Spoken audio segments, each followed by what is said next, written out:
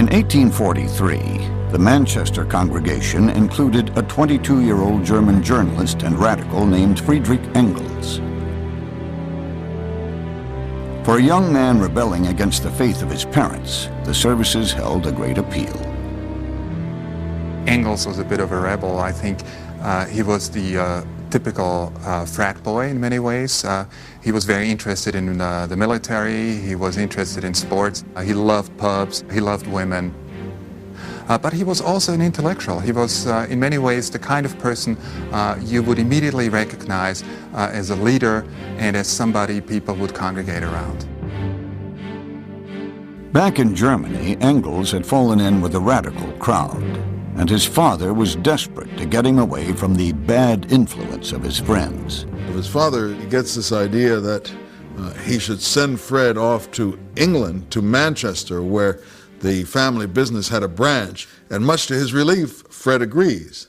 Little does Dad know that Fred and his radical associates have come to the conclusion that the revolution is going to break out in England, and Fred is desperate to be there to be part of the action.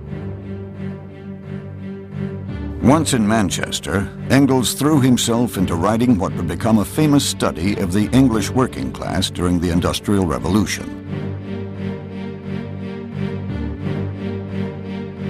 It was a very grim picture. I mean, workers in the 1840s in England, they lived miserable lives. They lived in squalid conditions. They worked 16, 18 hours a day. Child labor, female labor was incredibly common. Disease was rampant.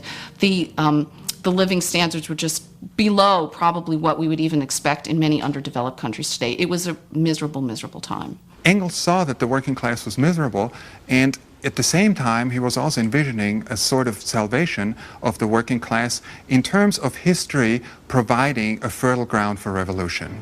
He understood that the workers sooner or later would understand that history was working in their favor, and therefore history would radicalize them. And by being radicalized, workers would no longer passively see themselves as victims of capitalism, but would actively seek to change it. Engels was soon contributing to Owen's New Moral World and other radical publications. Among them was a newspaper edited by a man who had once been part of young Fred's circle of college radicals back in Germany, the 25-year-old Karl Marx. Marx, starting very young, was very charismatic. He had this forbidding style and this great genius for theoretics, where other people saw a meaning, Marx could see a meaning within a meaning, behind a meaning, and then a bigger meaning. And his colleagues would just look at him awestruck and say, "This is our great genius who can figure it all out." Marx had little use for the ideas of his colleagues. But one of Engels' articles caught his eye.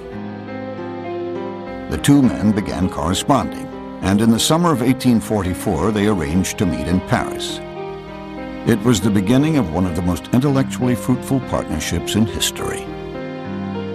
Marx was the prophet. His personality and his nature made him a flamboyant and charismatic figure, and Engels was very willing to defer to that. But Engels' early work and early research really provides much of the foundation upon which Marxism is later built. And Engels, of course, also supports Marx not only through his research, but financially and psychologically. And so without Engels, in any number of ways, Marxism would never have come to be. In January 1848, students and workers took to the streets of Palermo. By February, the revolt had spread to Paris. Soon, nearly 50 uprisings engulfed the European continent from Russia to the English Channel. Marx and Engels rushed home to Germany to join the barricades. They had just finished writing a platform for a workers' organization based in London. The pamphlet would become known as the Communist Manifesto. The manifesto's timing would forever link it to revolution, adding to its mystique. Soon the world would learn the central premise of Marxism, that the history of all hitherto existing society is the history of class struggles. For Marx and Engels, the heart of the system of capitalism was exploitation. As they saw it, the workers were the ones who were creating the things that were coming out of the factories, but the capitalists were the ones who were keeping most of the profits. What they talked about were the means of production, the Marxist term for the machinery, the factories, and this was terribly unjust. And the only way to rectify it was for the workers to get together and take the factories away from the capitalists so that they could have the complete benefit of the products that they themselves were creating. The Communist Manifesto predicted that as capitalism progressed, the working class would become so large and so poor that revolution would be inevitable. The result, socialism, a new workers' state where people contributed according to their ability and received according to their need. In time, government itself would become unnecessary and give way to a new stateless society Marx and Engels called communism. What Marx and Engels said was, don't worry, whatever happens to you, no matter how miserable your lives are, no matter how desperate your political struggle seems, history is working its way towards this outcome. And that's what gives Marxism its incredible force. Many socialists bought the argument. The Communist Manifesto would go on to become one of the most influential pamphlets ever published, with translations in every major European language by the turn of the century.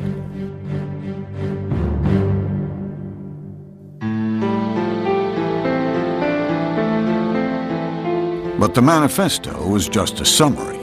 Marx soon set to work on a volume that would lay out a comprehensive theory of socialism. In 1851, Marx wrote to Engels that he hoped to finish it in 5 weeks. But 5 weeks grew into 5 years, and then another and another 5. All the while, Marx depended almost entirely on Engels for financial support. The one time Marx went out and got an actual job was as a correspondent for the New York Tribune newspaper.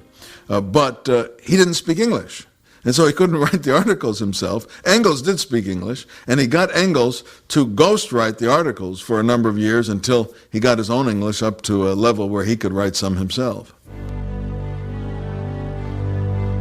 It took Marx nearly 20 years to finish his masterwork. In 1867, the first volume of Das Kapital was finally complete, with more volumes promised.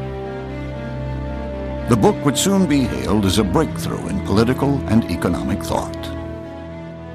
In the scientific tenor of the time, after all, we have to understand that we're talking about the 19th century here, Marx had accomplished, at least in the mind of many socialists, what Darwin had accomplished for biology. He had laid bare the development of economic laws that were at work in capitalism. And in that sense, he had revealed the motor of history, economic development. And it is to Marx still that we owe this kind of economic view of history, as seeing people as sort of players in a drama in which economic forces are primary, and classes more than individuals as the kind of motor force of history.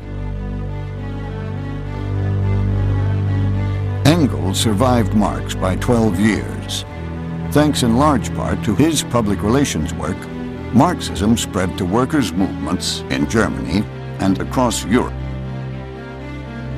But by the time Engels died in 1895, many of the more perceptive socialists were beginning to notice a crack in Marxist doctrine. By the end of the 19th century, Marxist theory has been around for about 50 years, but it's not coming true. The workers are not getting poorer, and they're not becoming revolutionary.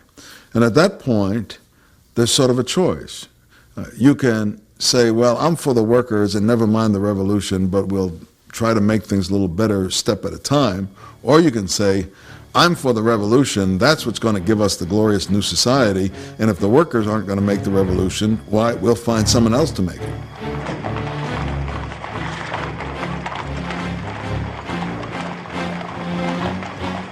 As the 19th century drew to a close, two very different men would step up to make the case for each of these options. It would rupture the movement in two.